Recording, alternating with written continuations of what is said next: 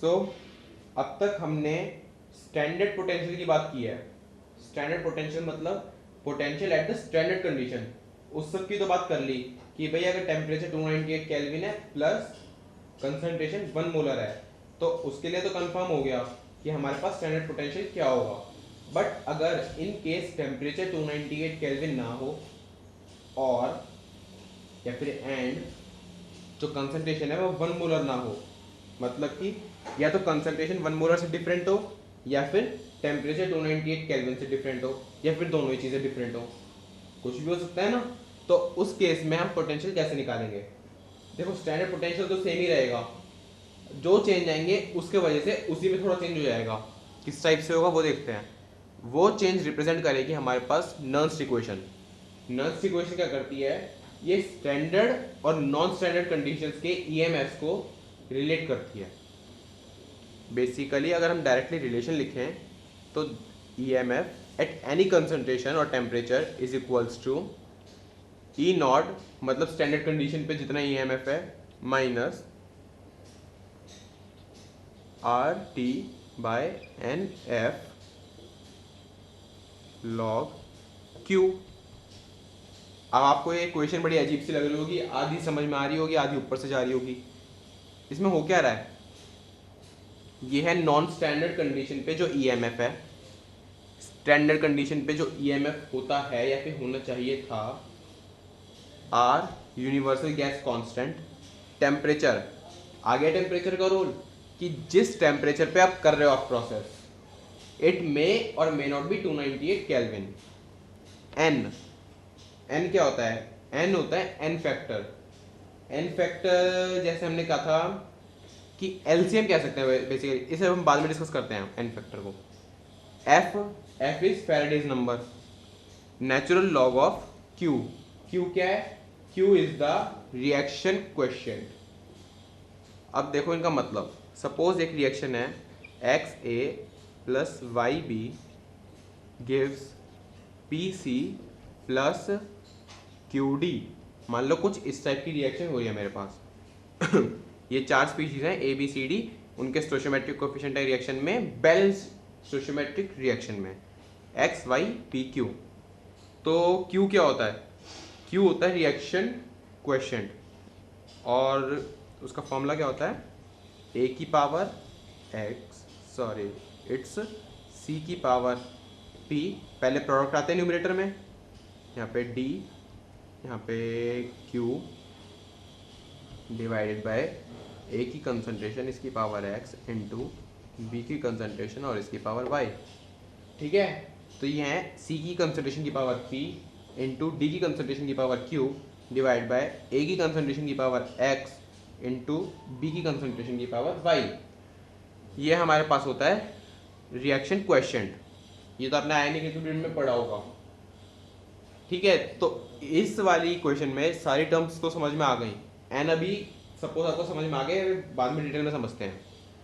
अभी के लिए बस इतना याद कर लो, it is the number of electrons that are taking place in exchange. Electrons का एक्सचेंज होगा ना रिडॉक्स रिएक्शन में, तो ये नंबर ऑफ इलेक्ट्रॉन्स वही हैं। तो अब इसमें क्यू ये हो गया। अब किसी एक कंडीशन पे ऐसा भी पॉसिबल है कि क्यू इज इक्वल्स टू के इक्विलिब्रियम। के इक्विलिब्रियम क्या है? Equilibrium constant. तो अगर ये रिएक्शन इक्विलिब्रियम की कंडीशन में है, केमिकल इक्विलिब्रियम की कंडीशन में है, तो उस केस में कि इक्विलिब्रियम कांस्टेंट और क्यू इक्वल हो जाएंगे। ठीक है, वो केस बाद में देखते हैं, पहले इस रिएक्शन में एन का मतलब समझते हैं। एन क्या है? सपोज मेरे पास कुछ इस टाइप की रिएक्शन हो रही है,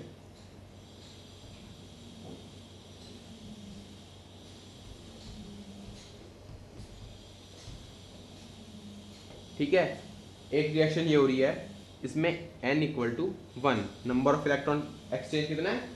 1।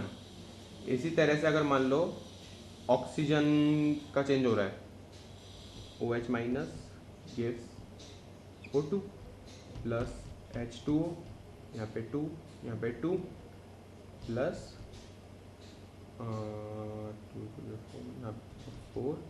4 इलेक्ट्रॉन्स। ठीक है, तो यहाँ पे n कितना हो जाएगा? 4, क्योंकि number of electrons that are taking place in exchange is 4। अब सपोज किसी एक इलेक्ट्रोड पे या फिर किसी एक सेल में ये दोनों ही रिएक्शन हो रही हैं कि भाई जो हमारे पास फेराइट आयन है इससे फेरस भी बन रहा है प्लस हाइड्रोक्सिल से ऑक्सीजन भी बन रही है, तो उस केस में एन क्या लेंगे 1 या फिर 4।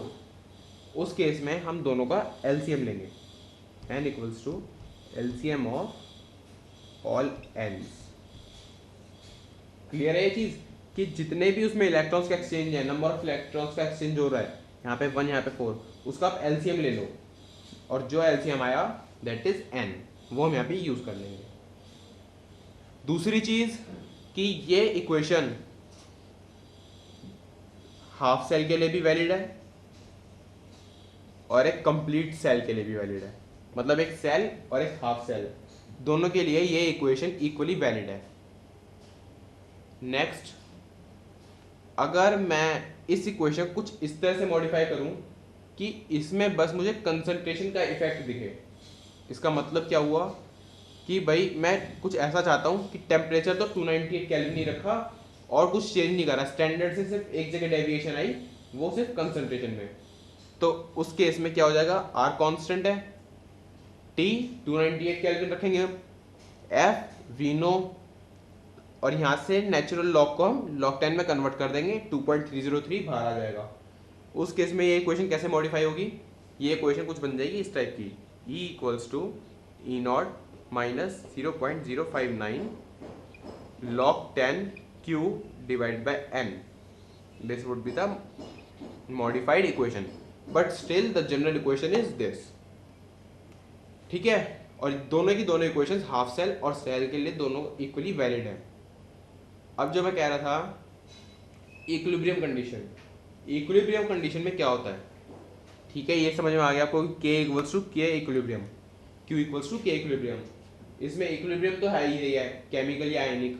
इक्विलिब्रियम के साथ साथ एक चीज और नोटिस करने वाली है कि जिस एक्सटेंट से रिएक्शन फॉरवर्ड डायरेक्शन में जा रही है उसी एक्सटेंट से रिएक्शन बैकवर्ड डायरेक्शन में आ रही है।